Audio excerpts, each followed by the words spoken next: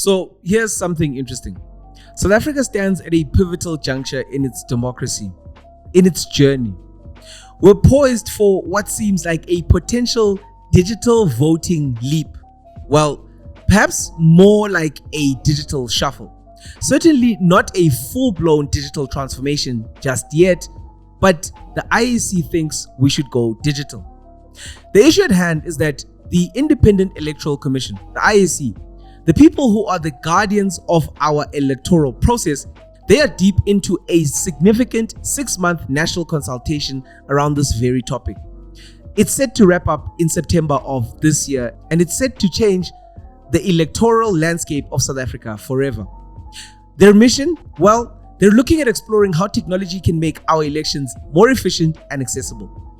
To be more exact, they're looking at ways of implementing digital or e-voting while still only having a budget that is smaller than previous years. Because the IEC gets around 2.2 to 2.3 billion rand every single year to do its work. In 2024-25, this budget was meant to cover things like general administration, electoral operations, and outreach. And this had to include a lot of IEC staff salaries. This is also after their budget had been cut by 281 million rand from the previous year. So if you're asking yourself, why is this digital voting thing even necessary? Well, you've come to the right place. I'm going to unpack it for you nicely. Behind the spectacle of election days, there's a harsh reality that is starting to take shape in South Africa. Democratic participation, both here and globally, is flatlining. It's dying. More and more citizens seem to have simply checked out of the process. Consider this stark South African statistic. Only 16.3 million people out of 27 million registered voters, a mere 58%, actually cast their ballots in the last national election. Over 11 million registered voters in South Africa just didn't turn up. Now, when you zoom out a little bit further, the picture grows bleaker. Only 6 out of every 10 potential voices were actually heard in last year's national election. This wasn't just participation. It was more of like a mass exodus from the ballot box. People just said, nah, stuff it.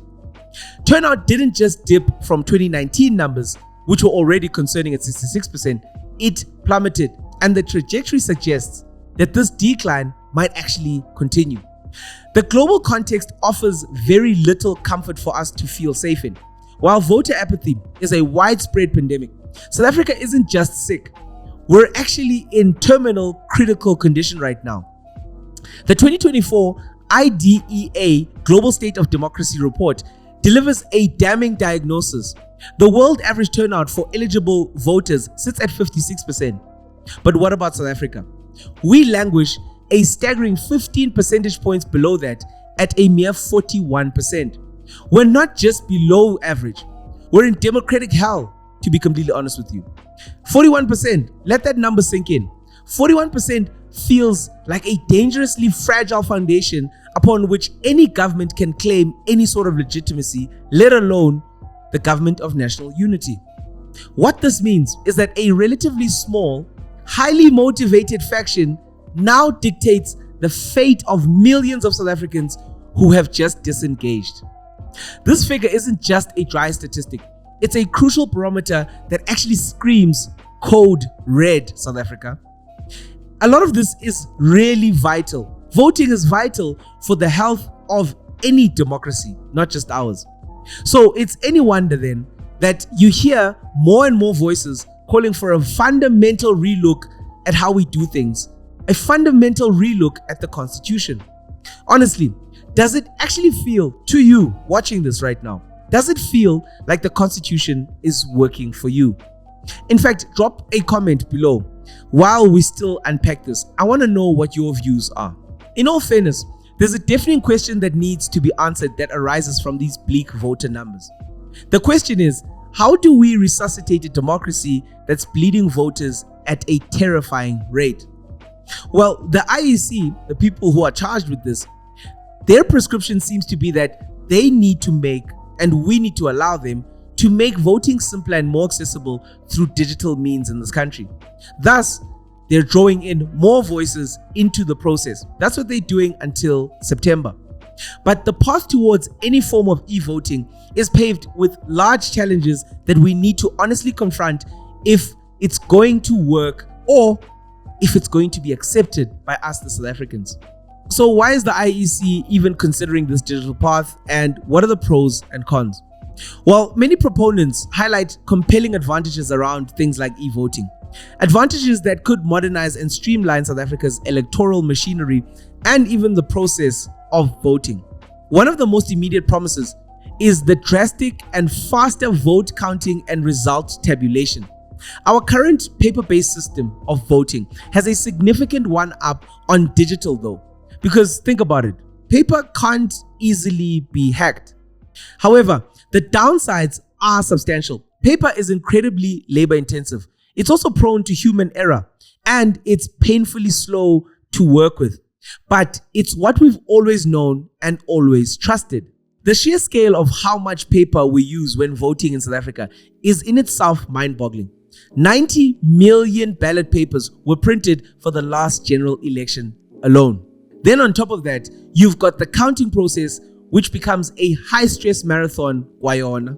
Inevitably, when counting slows down, doubt increases in some quarters. When results don't come on election night or even the next day and they say they're counting, many people come up with their own conspiracies. Experts actually argue that electronic systems could eliminate this manual slog altogether, thus delivering results far more swiftly and potentially enhancing public confidence through timely and accurate voter outcomes. But I don't know, man. Does faster mean better and more credible? I don't know. Let us know. Because beyond speed, advocates for digital e-voting see significant potential for improved accessibility and even convenience. Imagine remote voting options for citizens living abroad, those in geographically isolated rural areas, which are actually hard to get to and make voting accessible. Think about people that are elderly or people with disabilities and challenges. Voting day becomes tougher for them. Furthermore, people like Home Affairs Minister Leon Schreiber, they argue that the tech-savvy younger generation, deeply immersed in the digital world, increasingly expects more modern solutions to things like voting. He suggests that e-voting could align with their behaviors, potentially boosting engagement along a demographic whose turnout was already a concern from the 2019 elections, never mind the 2024 national elections. So, could the youth be more inclined to participate if voting went more digital? That's the question worth asking. Maybe you can answer it below. While acknowledging the high initial setup costs, proponents of e-voting also point to evidence from pioneers like Estonia. They suggest that e-voting can yield significant long-term savings for us, for a country like South Africa, eliminating the colossal logistics burdens of printing, transporting, storing, and even manually counting those millions of paper ballots could substantially reduce recurring election expenses. The National Treasury, however, already acknowledges that ICT costs are going to be a major expense and a major hurdle. A shift towards e-voting might consolidate and actually optimize a lot of spending, but in the short term, it's going to be a lot more expensive. Additionally, things like electronic interfaces could guide voters more clearly, minimizing unintentional errors that lead to spoiled ballots. This could be a thing of the past. Then there's another concern that was highlighted by the IEC and also by those who actually observed elections.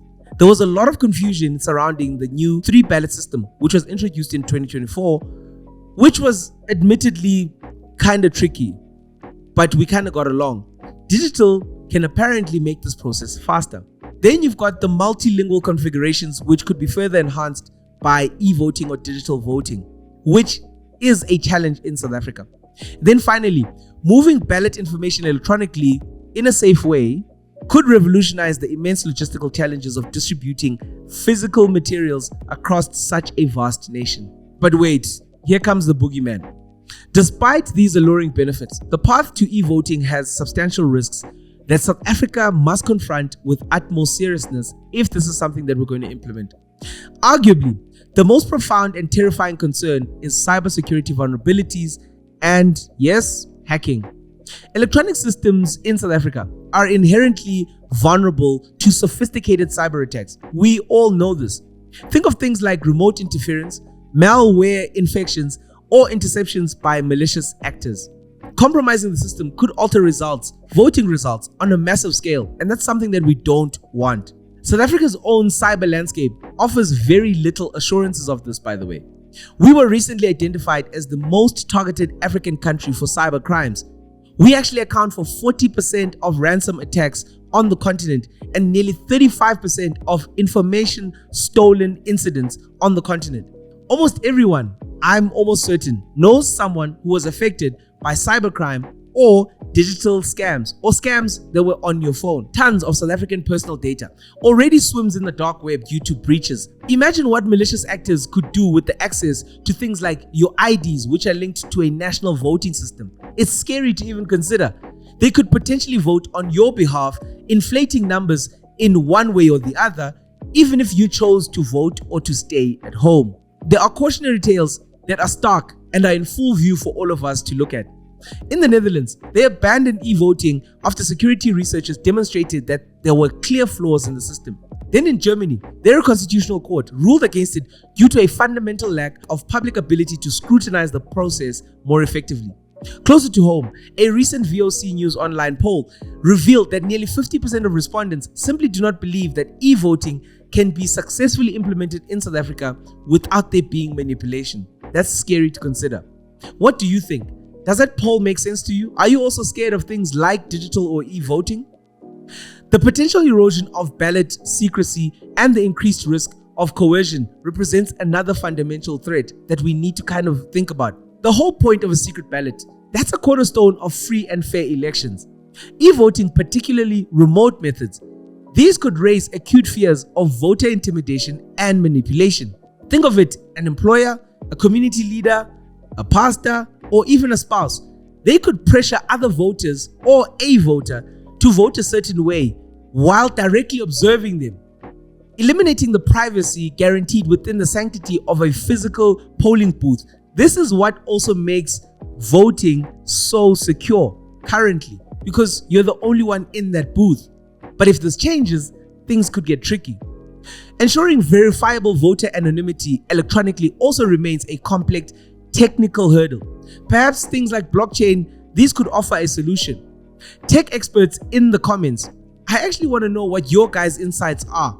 You're welcome to jump in here. How could South Africa implement this securely if we all decided it's something that we wanted to do?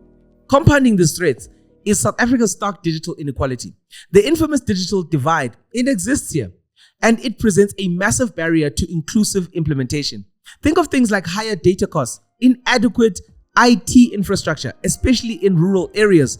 No, don't say Starlink. And there's also varying levels of digital literacy, which create a significant risk for a disenfranchised millions and millions of South Africans. As the IEC rightly emphasized, rolling out e-voting without comprehensively bridging this divide could actually exclude the poor, the elderly, and rural citizens. This would directly contradict the constitutional right to vote. While internet penetration might seem relatively high in South Africa relative to anywhere else on the continent, we've got about 45 million users, 45 million plus. Access would, however, still remain profoundly uneven and far from universal, which is what you need for elections to be free and fair. Furthermore, our current paper-based system, this system actually excels in one crucial area, which is transparency. Party agents are physically able to observe voting and counting at each station, and result slips are publicly displayed and signed by multiple officials. This tangible oversight, something that you can touch, it actually builds crucial and hard-earned trust in the system. Many e-voting systems, particularly those that rely on centralized counting, they would remove this visibility or this check and balance. Citizens and parties would then be forced to place their faith in very opaque technology and proprietary software that they cannot physically see and or verify. This loss of transparency would be deeply problematic and would be hard for a lot of people like myself to get over. How would we know if the voting was free or fair? These challenges are magnified by existing public trust deficits.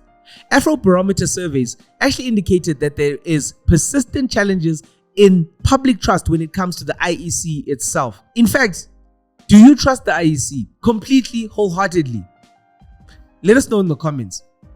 Technical failures, things that are very, very small, like glitches experienced with voter management devices in 2024, and also the IEC's results portal temporarily going blank. Yes, I remember that. It wasn't great. These things significantly exacerbated the public skepticism when it came to a digital-first system. If these smaller tech hiccups cause concern, how can we then confidently say as a country we want to leap fully into a digital process? The pervasive legacy of things like corruption and the perception of rampant corruption in South Africa. This also casts a long shadow over the introduction of any new complex system.